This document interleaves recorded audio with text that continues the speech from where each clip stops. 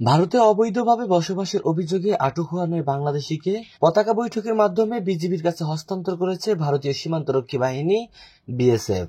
সোমবার রাত প্রায় ১০টার দিকে ঠাকুরগাঁয়ের হরিপুর সীমান্ত দিয়ে তাদের দেশে ফেরত পাঠানো হয়। বিজিবি সূত্র জানায়, কয়েক বছর আগে বিভিন্ন সময় ঠাকুরগাঁও জেলার বলিয়াডাঙ্গি উপজেলার একাধিক ব্যক্তি কাজের উদ্দেশ্যে অবৈধভাবে ভারতের পানিপথ সহ বিভিন্ন এলাকায় প্রবেশ করেছিলেন।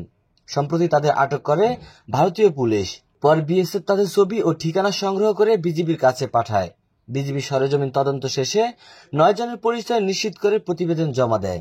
পরিচয় নিশ্চিত হওয়ার পর পতাকা বৈঠকের মাধ্যমে তাদের হরিপুর সীমান্তে বিজিবির কাছে হস্তান্তর করে বিএসএফ। পরে বিজিবি তাদের হরিপুর উপজেলা স্বাস্থ্য কমপ্লেক্সে নিয়ে স্বাস্থ্য পরীক্ষা শেষে তাদের হরিপুর থানায় হস্তান্তর করা হয়।